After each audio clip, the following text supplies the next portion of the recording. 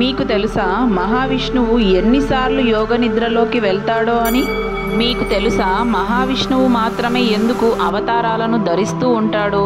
మీకు తెలుసా బ్రహ్మదేవుని జీవితకాలం అంటే ఎన్ని బ్రహ్మ సంవత్సరాలో అని? మీకు తెలుసా మహాప్రళయం ఎన్నిసార్లు ఎప్పుడు సంభవిస్తుందో అని? మీకు తెలుసా మహాప్రళయం తర్వాత తిరిగి సృష్టి నిర్మాణం చేసేది ఎవరో? రండి, సృష్టి నిర్మాణం, జీవి పుట్టుక రహస్యాలను తెలుసుకుందాం. సత్యయుగం, త్రేతాయుగం, ద్వాపర యుగం, కలియుగం, ఈ 4 యుగాలను కలిపి ఒక మహాయుగం అని అంటారు. ఇలాంటి 1000 మహాయుగాలు కలిస్తే ఒక కల్పం అవుతుంది.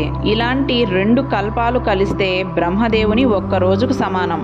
360 కల్పాలు కలిసి ఒక బ్రహ్మ సంవత్సరం. ఇలాంటి 100 బ్రహ్మ సంవత్సరాలు పూర్తి అయితే బ్రహ్మదేవుని ఆయుష్ పూర్తి అయి బ్రహ్మ సృష్టి మొత్తం లయం చెంది మహాప్రళయం సంభవిస్తుంది. మహాప్రళయ అనంతరం మహావిష్ణువు యోగ నిద్రలోకి వెళ్తాడు. మహావిష్ణువు యోగ నిద్రలో ఉండగా మహావిష్ణువు నాభియందు పద్మము పుట్టి పద్మము యందు కొత్త బ్రహ్మదేవుడు ఉద్భవించి కొత్త సృష్టికి ఏర్పాట్లు చేస్తాడు. ఆ తరువాత మహావిష్ణువు యోగ నిద్ర నుండి బయటకి వచ్చి సృష్టికి కావలసిన శక్తిని బ్రహ్మదేవునికి అందిస్తాడు. అప్పుడే బ్రహ్మదేవుడు కొత్త లోకాలను, కొత్త జీవులను, దేవతలను సృష్టించడం జరుగుతుంది. తిరిగి 100 బ్రహ్మ సంవత్సరాలు పూర్తి కాగానే బ్రహ్మదేవుడిని, బ్రహ్మ సృష్టిని ధర్మ పునరుద్ధరణ కోసం, తదుపరి కొత్త సృష్టి కోసం లయకారుడైన మహాదేవుడు నాశనం చేస్తాడు.